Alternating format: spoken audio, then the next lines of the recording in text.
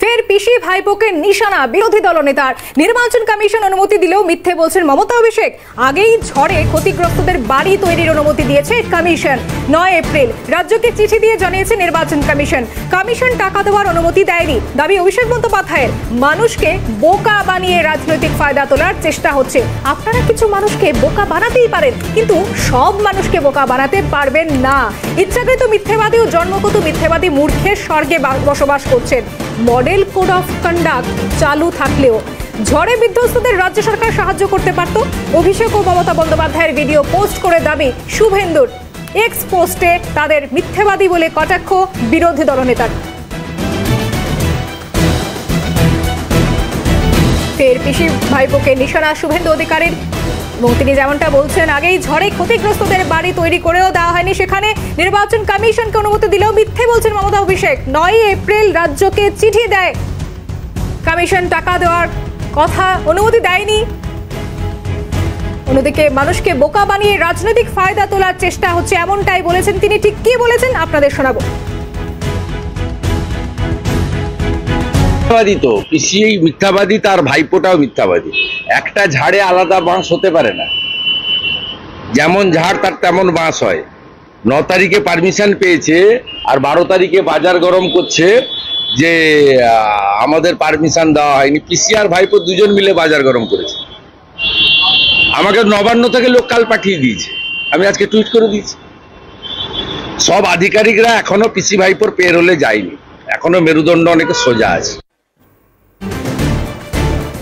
শুনলেন, ভাইপোকে পিসি ভাইপোকে নিশানা বিরোধী দলনেতার। নির্বাচন কমিশন অনুমতি দিলেও মিথ্যে বলছেন মমতা অভিষেক, এমনটাই তিনি বলেছেন।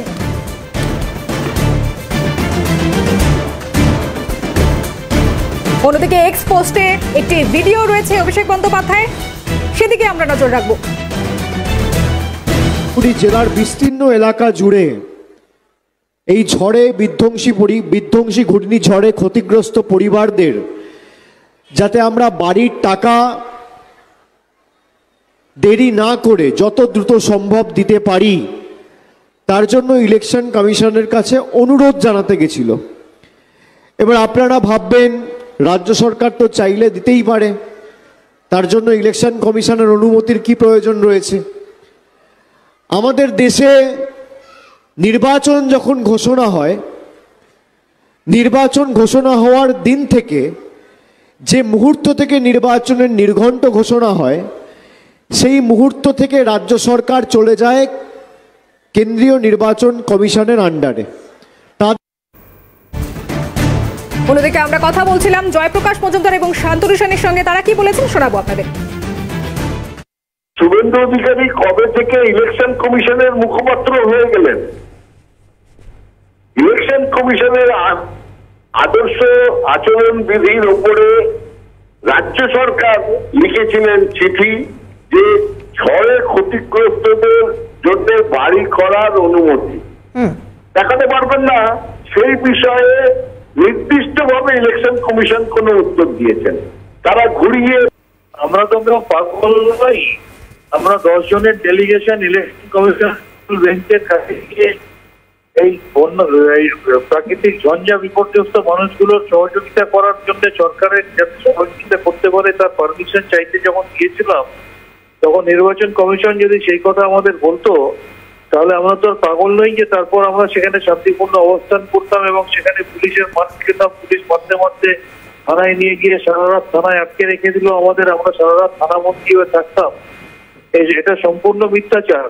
এবং যদি সেটা নির্বাচন কমিশন বলেই দিত, তাহলে রাজ্য সরকার ইতিমধ্যেই বলতো না যে আমরা ইতিমধ্যে আমাদের তরফ থেকে টাকা দেওয়ার কাজ শুরু করেছি, পারলে কেস করলে করো।